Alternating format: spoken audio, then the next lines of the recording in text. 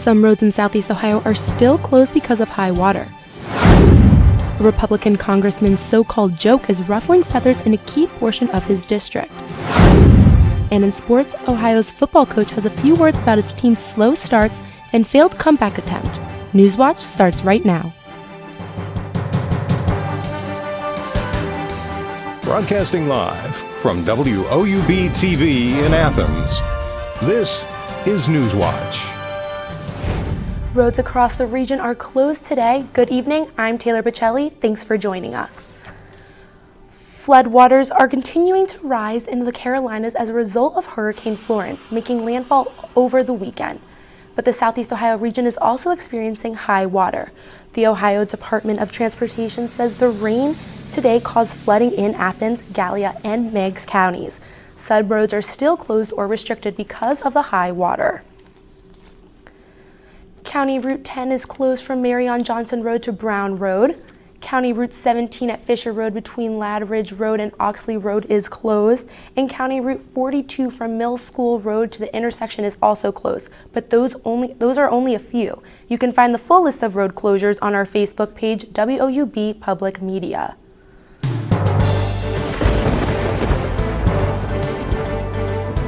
Well, it was just an ugly day out there today. Hi, everybody. I'm forecaster Nicholas Snyder. Here's a live look at radar. Most of the showers have moved out of the area off to the east, and this line of showers off to the west, that will continue to move through.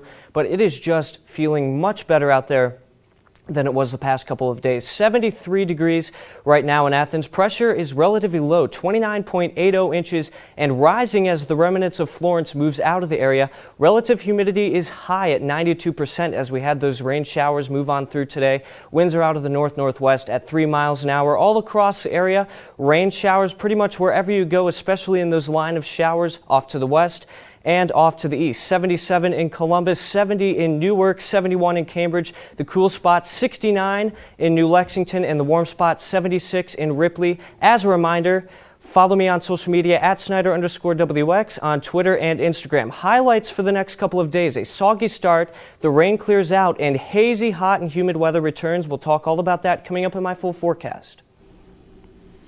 Thanks, Dick.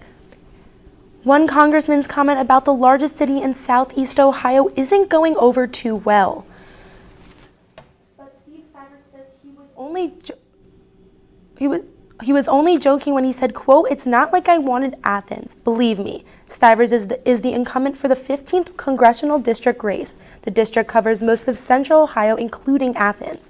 The local branch of the League of Women Voters has invited Stivers to participate in a candidate forum 4 times. He has declined all of their offers. The head of the organization believes the Republican is a great party member, but wishes he would give a voice to all of his district. You may not like the fact that Athens is in your district, but it is. And you, as a representative of this district, really have a responsibility to take advantage of the opportunity to speak before the voters of this area. The league plans to invite Stivers and his opponents to a multi-candidate forum at Trimble High School on October 17th. An Ohio Bobcat football player was arrested in Athens early Sunday morning. Nayland Yates was charged with aggravated robbery and felonious assault.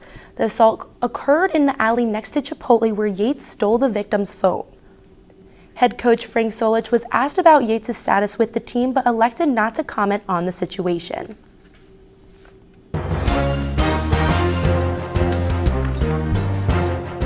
Kentucky officials have recovered the body of a missing 9-year-old boy in a creek over the weekend.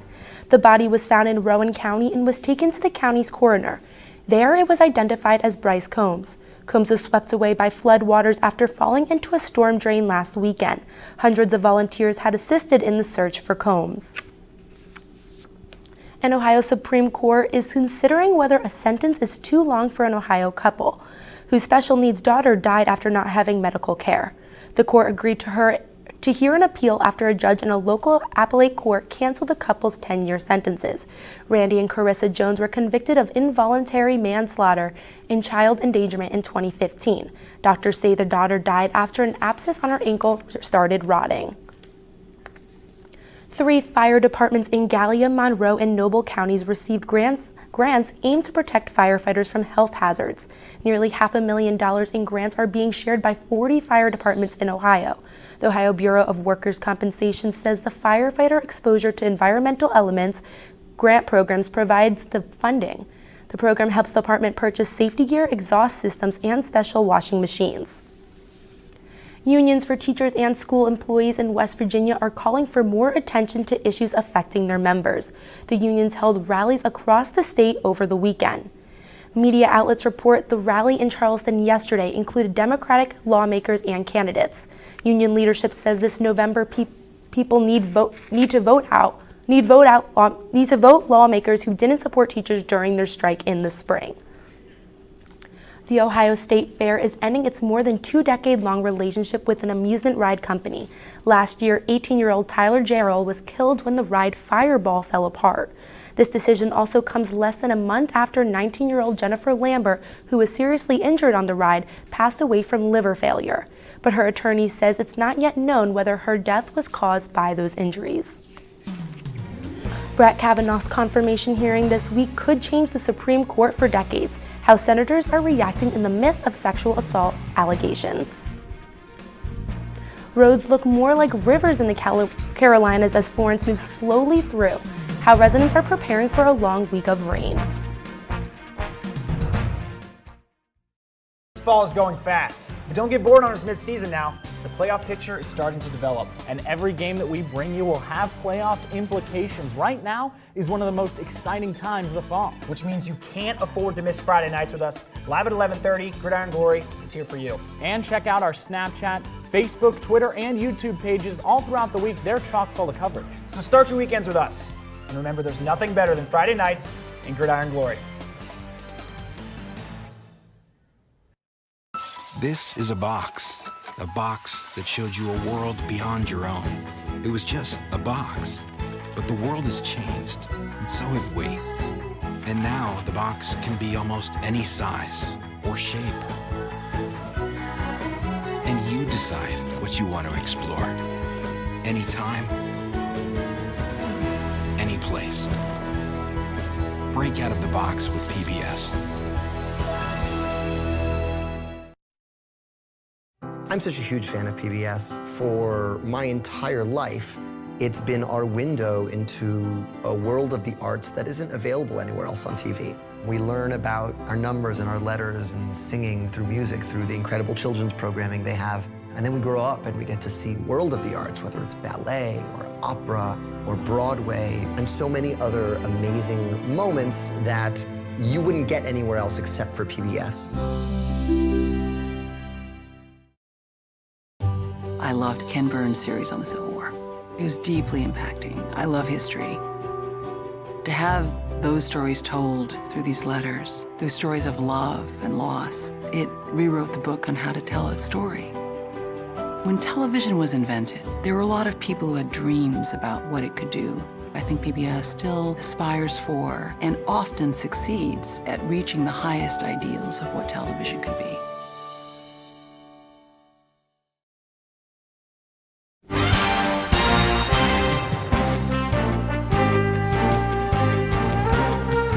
From Capitol Hill to the White House, Washington debates whether allegations about Brett Kavanaugh's past should jeopardize his future. Emily Schmidt reports from Washington on the controversy.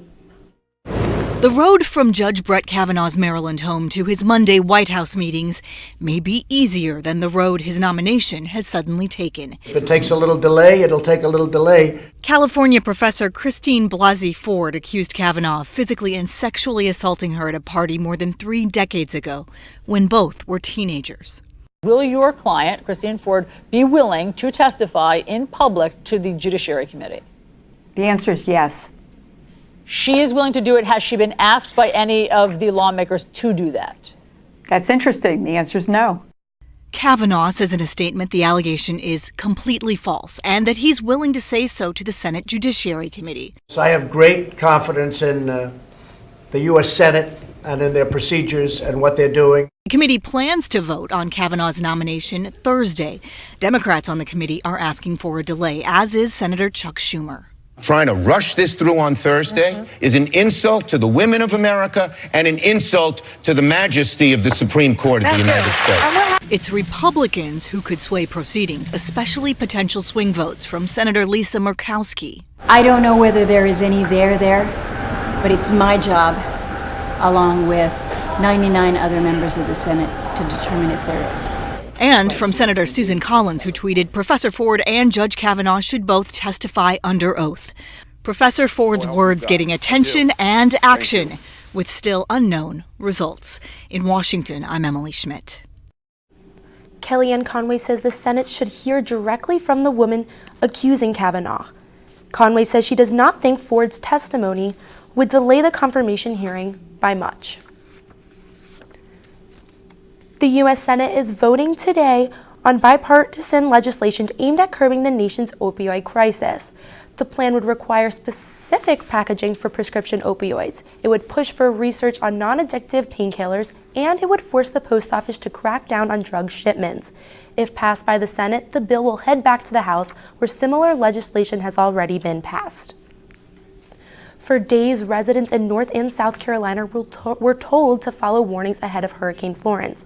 The storm system has already claimed at least 20 lives. As another long week of rain begins, Natasha Chen reports. The crisis in North Carolina continues. Flooded homes and buildings, roads that resemble rivers, and rescue operations still underway. Catastrophic flooding from Hurricane Florence could last several days in North Carolina. And even more rain is expected Monday, keeping some first responders from reaching those who need help. People still need to heed warnings. We're still having communities that need to be evacuated. There was a 3-story apartment building here that was just evacuated a few hours ago. We're not out of the woods yet. There are at least 20 storm-related deaths in the Carolinas. Hundreds of thousands of customers are still without power, and more than 15,000 people were in emergency shelters over the weekend in North Carolina alone. Further inland from the coast, flooded rivers and basins are compounding issues for state officials. The danger is still immediate. Flood waters are rising as rivers crest, and they will for days. In addition to officials and rescue workers, regular citizens are stepping in and helping out. Water just started rushing in from everywhere. O'Shanti McNair is a maintenance worker at the Eastgate Crossing shopping plaza near Durham. This morning, water overflowed from a nearby creek and flooded the plaza, trapping several employees in one store. McNair says he and another worker helped get them out. I guess they didn't know how fast the water was coming up because it was like a snap. McNair's heroism is one example of the bravery and danger that exists throughout the state. Around 700,000 people are without power in North Carolina, and more than 900 lives have been saved by first responders so far. Residents in communities near Boston are finally back in their homes after natural gas explosions forced them to evacuate last week. The blast left one person dead. Massachusetts Governor Charlie Baker declared a state of emergency in the wake of the explosions. Political leaders from across the state are demanding answers about what happened from the president of Columbia Gas, Massachusetts. A New York mall is closed after a massive fire broke out today. The fire started around 9 a.m., destroying multiple cars in the parking garage at the Kings Plaza shopping center. 18 firefighters and 3 other people at the scene had to be treated for smoke inhalation, but none of the injuries are life-threatening. Authorities have not stated the cause of the fire. Amazon is under fire for a scandal that involves data leaks and bribes of its employees. The Wall Street Journal reports some employees offered to delete negative postings for payments. Some employees are also accused of trying to sell internal data. The company says it has a zero-tolerance policy for such breaches and is investigating the accusations. One couple's big day was rained out by Hurricane Florence. How hotel workers saved their wedding. That story's still ahead.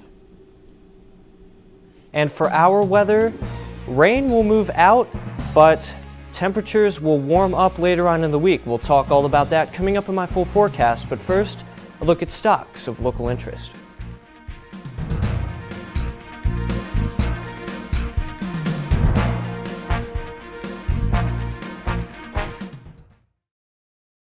WOUB is member-supported public television. Your contribution keeps WOUB available in your community.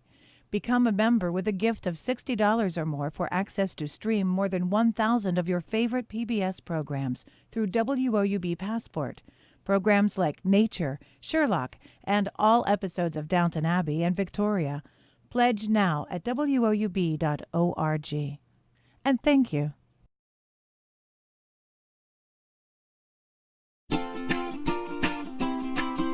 I love PBS because at the heart of everything PBS does is education. I use PBS not only in my home, but also in my classroom. It's kind of the idea of being the great equalizer for learning and for education. I'm a lifelong learner, and PBS has always been part of that journey for me. I love PBS because PBS supports teachers. They know what works for kids and what's best for kids, and that's why I love PBS.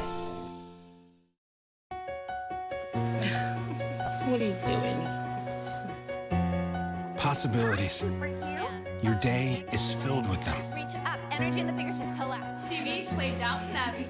And PBS helps everyone discover theirs.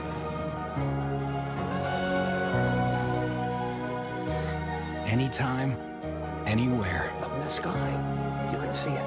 PBS, we're with you for life.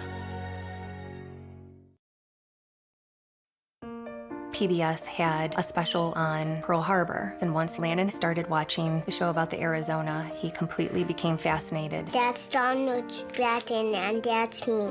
And then his Christmas wish this year was to meet Donald Stratton, one of the survivors from the Arizona. So good to see you, buddy. Everything that Landon has learned from PBS, it's immeasurable. This is for you. Thank you, big guy. He is living proof of the effect that PBS has had on his life.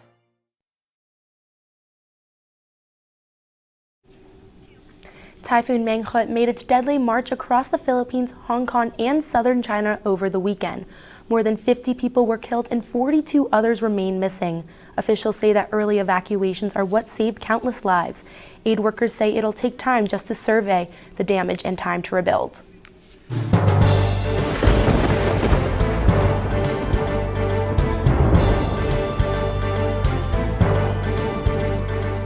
Well, weather-wise, it was just an ugly day out there today. Hi, everybody. I'm forecaster Nicholas Snyder. This was all due to the remnants of Hurricane Florence. We still have a little bit of rain out there still.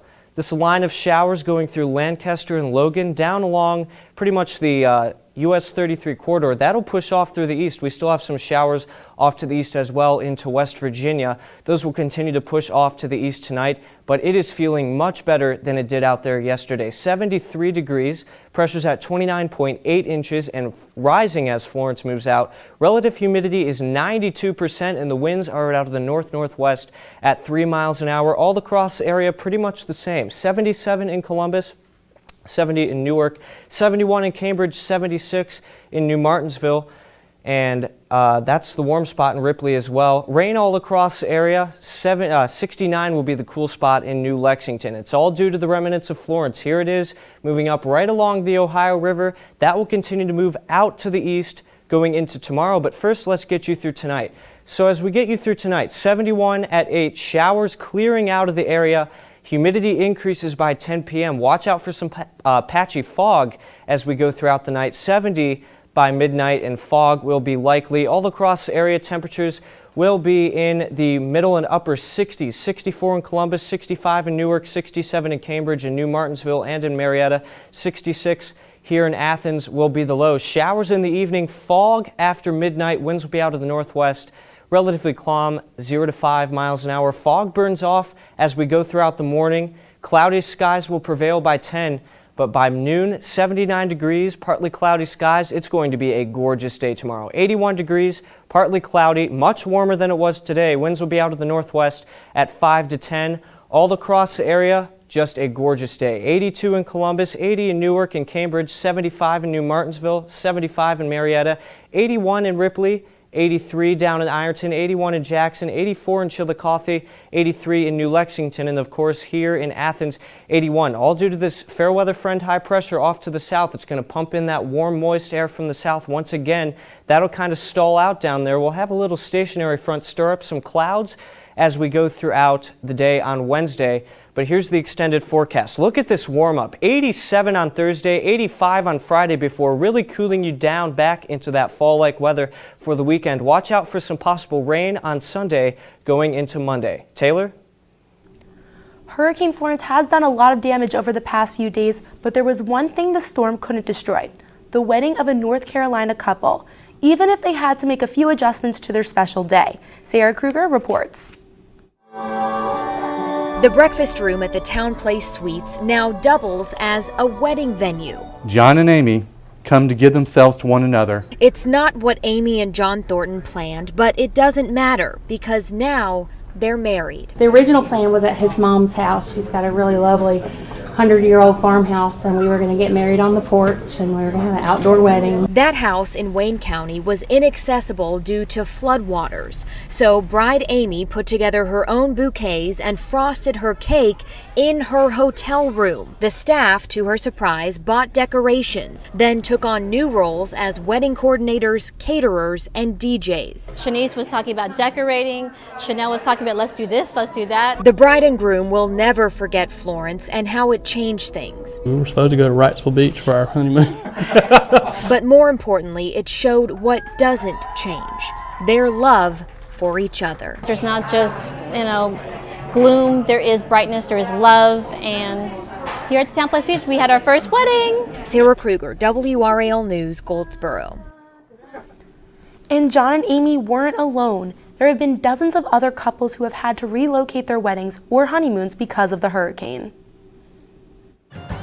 Hi, I'm Thomas Garver. Coming up, Ohio volleyball was a long way from the combo this weekend, why the team was left disappointed exiting Missouri. And also after the break, Hurricane Florence also ruined Ohio football's plans to play Virginia in Charlottesville. Highlights of Ohio's game against the Cavs from Nashville later on in Newswatch. And here's a look at what's coming up tonight on your public television station.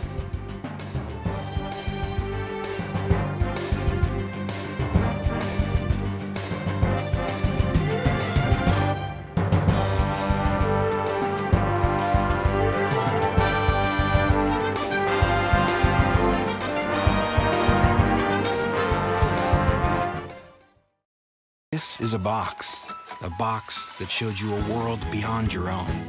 It was just a box, but the world has changed, and so have we. And now the box can be almost any size or shape. And you decide what you want to explore. Anytime, any place. Break out of the box with PBS. This fall is going fast, but don't get bored on us mid-season now. The playoff picture is starting to develop, and every game that we bring you will have playoff implications. Right now is one of the most exciting times of the fall. Which means you can't afford to miss Friday nights with us. Live at 11:30, Gridiron Glory is here for you. And check out our Snapchat, Facebook, Twitter, and YouTube pages all throughout the week. They're chock full of coverage. So start your weekends with us. And remember, there's nothing better than Friday nights in Gridiron Glory. I'm such a huge fan of PBS. For my entire life, it's been our window into a world of the arts that isn't available anywhere else on TV. We learn about our numbers and our letters and singing through music, through the incredible children's programming they have. And then we grow up and we get to see the world of the arts, whether it's ballet or opera or Broadway, and so many other amazing moments that you wouldn't get anywhere else except for PBS. WOUB is member-supported public television. Your contribution keeps WOUB available in your community. Become a member with a gift of $60 or more for access to stream more than 1,000 of your favorite PBS programs through WOUB Passport. Programs like Nature, Sherlock, and all episodes of Downton Abbey and Victoria. Pledge now at WOUB.org. And thank you.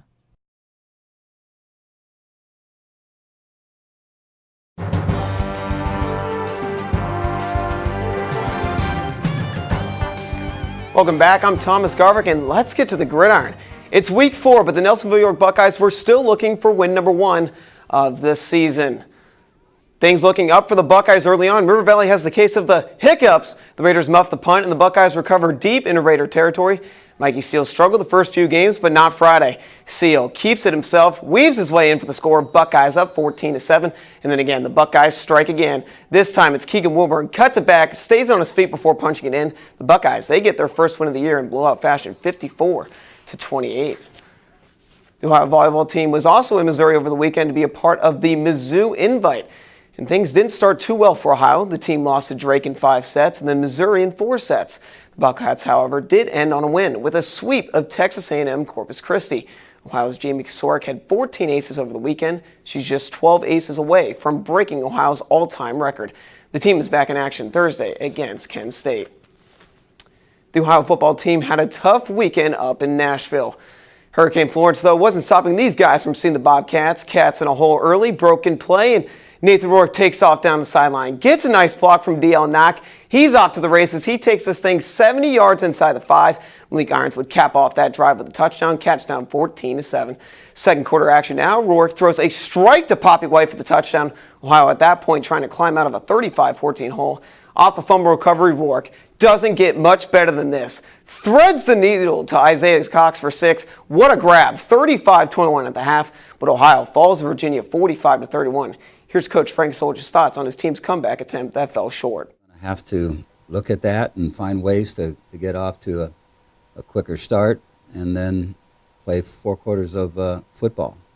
I like the fact that our guys never quit, got down early, got down by a fair amount, battled back, had a chance in the second half to turn it into a ball game. Ohio looks to get off to that faster start Solich alluded to against Cincinnati on Saturday. And then there's the Cleveland Browns, just breaking people's hearts. Browns led the whole game until this Michael Thomas touchdown snag. Saints up 6. Last chance for the Browns on 4th down. Tyrod Taylor throws a missile in the air, and Antonio Callaway catches it with his fingertips for 6. But the Browns missed the PAT, so tie game. And then Will Lutz buries this one here to give the Saints the late lead. The Browns, though, they get a chance. Zane Gonzalez, a chance to redeem yourself, and it's wide right. Browns lose 21-18, and Gonzalez is out of a job. Things are not all bad in Cleveland, though. The Indians clinched the AL Central on Saturday, so Jim Medici wanted to congratulate them properly. 3-run home run style. This thing hangs in the air forever before finally coming down. Tigers take the 5-3 lead in the 5th. Last chance for the Tribe. Tying run at first base. Rajai Davis, nothing but a can of corn. Tigers take this one 6-4. They win the series, too. The Tribe, they host the White Sox tomorrow. I'm Thomas Garvick, and that's it for sports. Back to you, Taylor. A 4-year-old Chicago girl is trying to help victims of Hurricane Florence. Young Florence Winooski, also known as Flo, has been hearing her name over and over the past few days. Of course, that's because of Hurricane Florence. The storm has left thousands in need of help, so 4-year-old Flo and her parents started a donation for storm victims. Flo and her family have collected hundreds of dollars worth of donations. Tomorrow is just going to be a gorgeous day. 81 degrees, partly cloudy, much warmer as we have that warm front moving in. Winds will be out of the northwest at 5 to 10 miles an hour, all under mainly partly cloudy skies all across the area. Same gorgeous weather. 82 in Columbus, 80 in Newark, 80 in Cambridge, 75 in New Martinsville, 75 in Marietta, 81 in Ripley, here in Athens as well, and in Jackson, 83 down in Ironton, and 84 over in Chillicothe. All under mainly partly cloudy skies. Just a gorgeous day. Watch out for a morning chance of showers as you go throughout the area, especially off to the east. Extended forecast, 83 on Wednesday with mainly sunny skies. Watch out for a couple clouds. Thursday, look at this warm up. 87, Friday 85, still warm and muggy. We finally cool you back into the upper 70s for Saturday, down into the 60s for Sunday, and back into the 70s for Monday with chances of rain. Thanks, Nick, and that does it for our broadcast this evening. Thanks for watching. I'm Taylor Pacelli. Stay tuned for the PBS NewsHour coming up next, and remember, you can find the latest news anytime at WOUB.org. Have a great night.